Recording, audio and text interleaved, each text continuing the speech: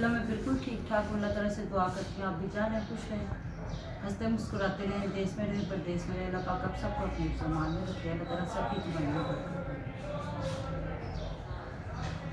कल मेरा जो ब्लॉग आया था वो एक दिन पहले मतलब 2 दिन पहले का था। परसों से मेरी तबीयत काफ़ी ज़्यादा ख़राब थी, इस वजह से मैं ब्लॉग नहीं बना सकी। कल मैंने वैसे ही परसों मैंने वैसे ही डॉक्टर को फ़ोन किया था तो उन्होंने मेरी दवाई भेज दी थी। तो उसकी वजह से मुझे खनून की बहुत ज़्यादा है। मुझे पता ही नहीं चला कि मैंने सहरी में क्या खाया है। सहरी में खा के मैं सो गई।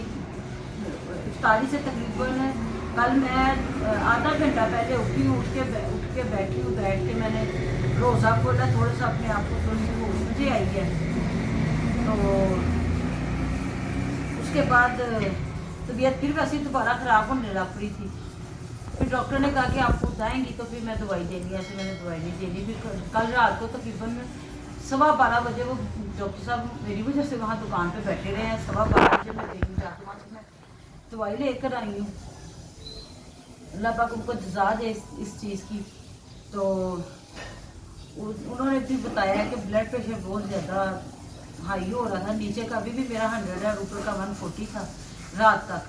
ये चीज़ बहुत ज़्यादा दर्द होती है, इस चीज़ में बहुत दर्द होती है। तो वो डॉक्टर ने कहा कि ये चीज़ जो सी है ना सही नहीं है, आपकी यहाँ पे दर्द नहीं होनी चाहिए, क्योंकि ये जो सी है ना दर्द बहुत ज़्यादा नुकसानदेह है।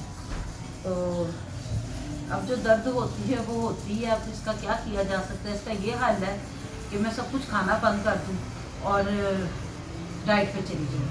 वैसे जैसे मैं पहले करती थी, बेसन वाली रोटी खाऊँ, पुदीने की चटनी के साथ रोटी खाऊँ। बेसन वाली रोटी नहीं होती, वो बेसन की ही टिक्की होती है। वो इंडिया में पता नहीं उसको क्या कहते हैं। रोटी होती है इतनी बड़ी, उसको बना जितनी मर्जी बड़ी आप उसकी ना बेसन की टिक्की बना लो। तवे के ऊपर थोड़ा सा तेल लगा के ना, तो वो गुलाई में राउंड से बनती है। तो वो उसको कहते हैं जी बेसन वाली रोटी। एक तो बेसन वाली रोटी हम बनाते हैं ना कि बीच में आटा डलता है, वो वाली नहीं, सादे बेसन की टिक्कियाँ बना के खाने का डॉक्टर ने कहा। तो आपको पता है कि रमज़ान का महीना, ऊपर से दाढ़ में दर्द थी। फिर मैंने उनसे डॉक्टर साहब से बताया कि सर दाढ़ में भी दर्द है। तो उन्होंने कहा कि आपने बाजी इस तरह करना है कि आपने ना डिस्प्रिन की गोली गर्म पानी में डाल के ना तो उसकी कुल्लियाँ करनी है। तो शुक्र अल्हम्दुलिल्लाह किसी वक्त मुझे टीस पड़ती है, मैंने सहरी वक्त ये काम किया था।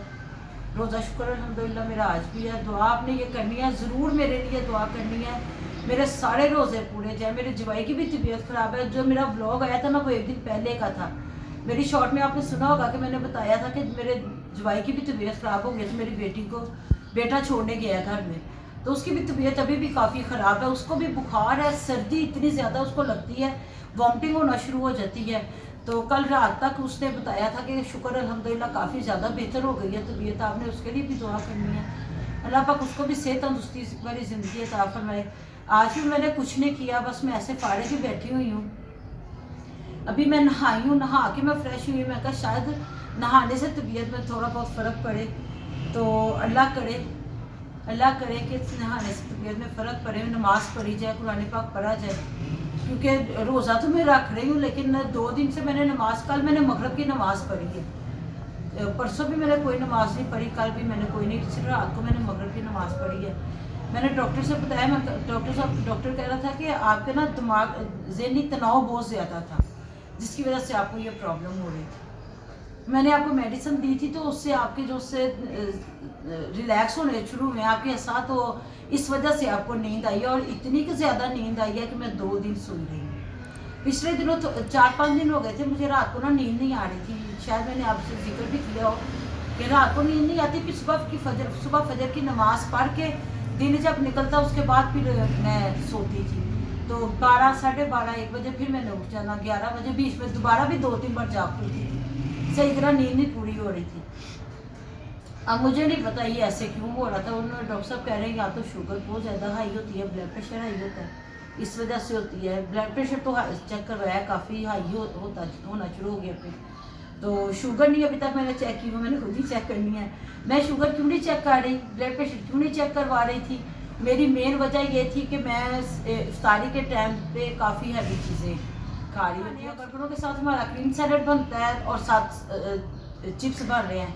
मतलब चिप्स हमारे सिर्फ एक दिन नहीं बने, मुसलसल रूटीन से हमारे घर में चिप्स बन रहे हैं, बच्चे खाते हैं, मैं कम खाती हूँ लेकिन मैं रोज़ाना खाती हूँ।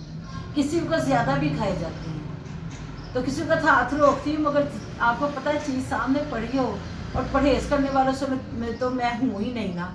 ये सबसे मेरी जो सी बुरी आदत है ना वो यही है।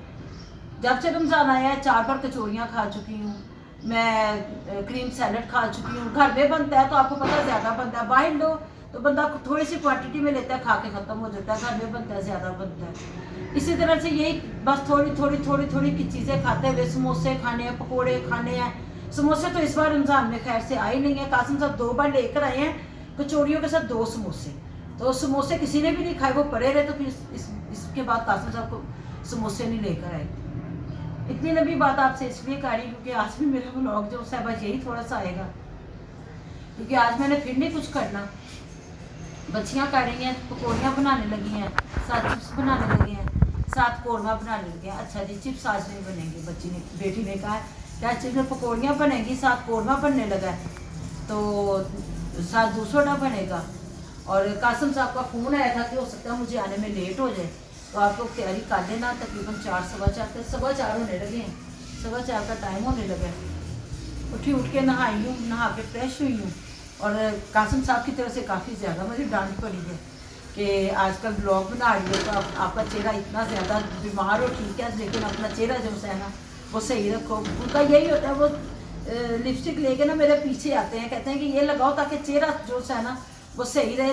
तबीयत ख़राब भी हो तो इंसान फ्रेश नजर दिखाए ना अपने आप को, तो इंसान जल्दी सही हो जाता है।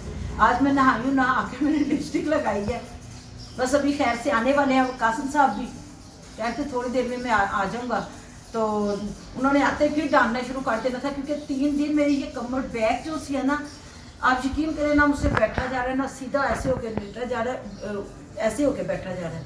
मेरी ये बैक की तकलीफ इतनी ज़्यादा हो गई है ना लेट के, आप यकीन करें कि 2.5 दिन जो सा मैं लेटी रही ना। आज भी सुबह से मैं लेटी हुई थी, सहरी खाई है, नमाज़ पढ़ी है, सो गई। उस वक़्त से मैं लेटी हुई थी, कभी मैं इधर करवट ले रही थी, कभी उधर उठ रही थी ना, तो ऐसे चक्कर आते थे और आंखें बंद होती थी।